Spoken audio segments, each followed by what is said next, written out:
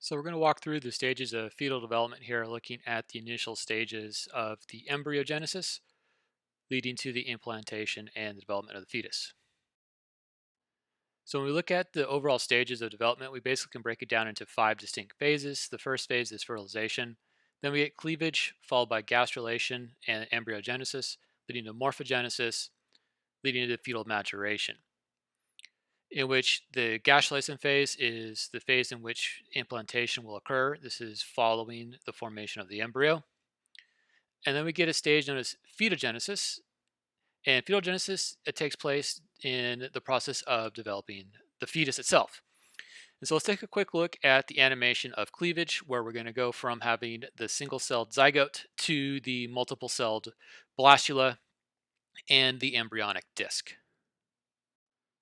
Several of them will hit the egg and try to penetrate it, but one will win, as it were, go into the nucleus, and then there's a reprogramming process where the male and female nuclei have their genes set aside to be turned on and off for early development. Here you see early cleavage stages occurring, and this is one of the early growth phases. As the embryo moves down the fallopian tube, it's going to form an important stage called the blastocyst here in a few seconds. Of course, in real life, that takes days, about 5 days. At this stage, then, I'd like to draw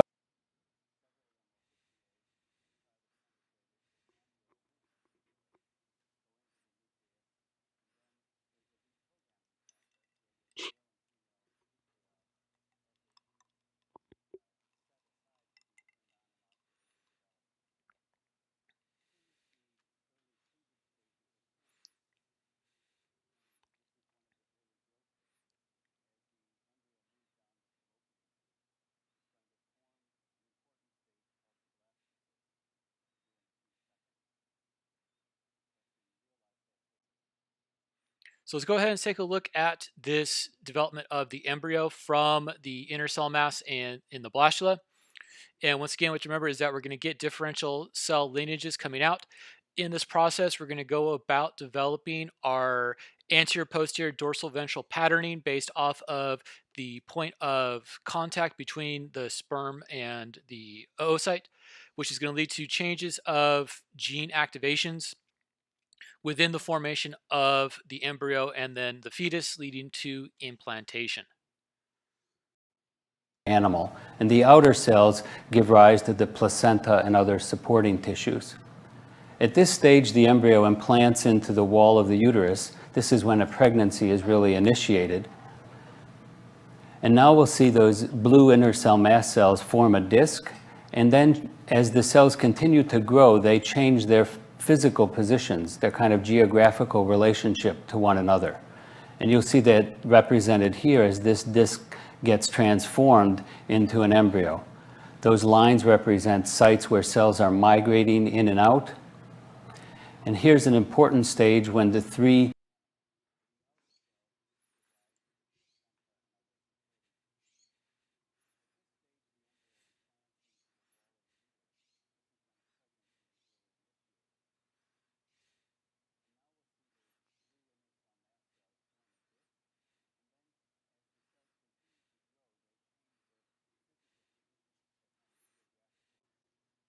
Important in this overall development is the concept of the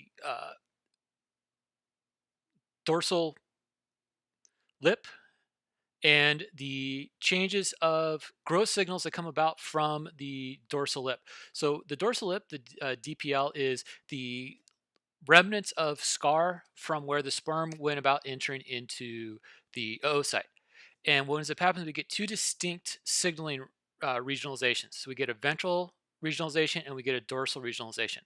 This dorsal and ventral regionalization in terms of signaling is going to lead to differentiations of patterns of cell development and cell migrations based off of the exposure or lack of exposure to BIMPs. Those are bone morphology signals versus the cordon and cerebus signals, the ADMP signals that we see within the dorsal side versus what we see on the ventral side of the blastula as it goes into its embryonic embryogenic phases, leading to the eventual formation of the fetus. So over the next couple of animations, watch what happens in terms of the cell growth and cell lineages, and then watch what happens in terms of the days and the sizes of the actual embryo and fetus as it initiates its fetogenic processes.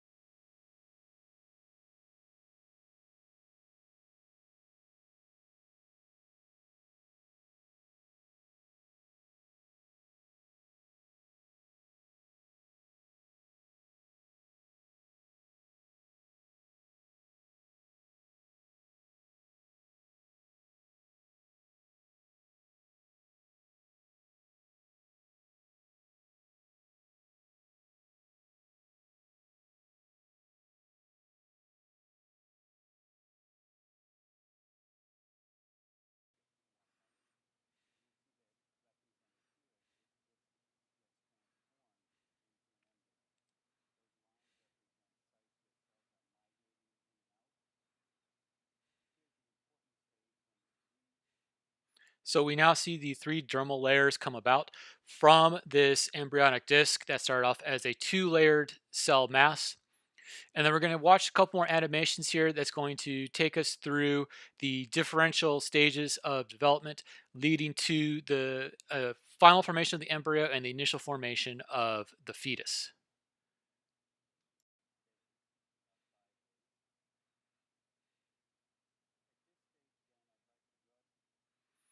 So what we have to remember here is that there's key steps that are going to take place in terms of the development here, where each cell is going to start to have a differential proportion of the total amount of cytoplasm from the ovum. And based off of the amount of cytoplasm within each of those resultant daughter cells, we're going to get a different rate of division, and the different rate of division is going to lead to the differential cell masses that we're going to see within the gastrulation and the formation of the embryo.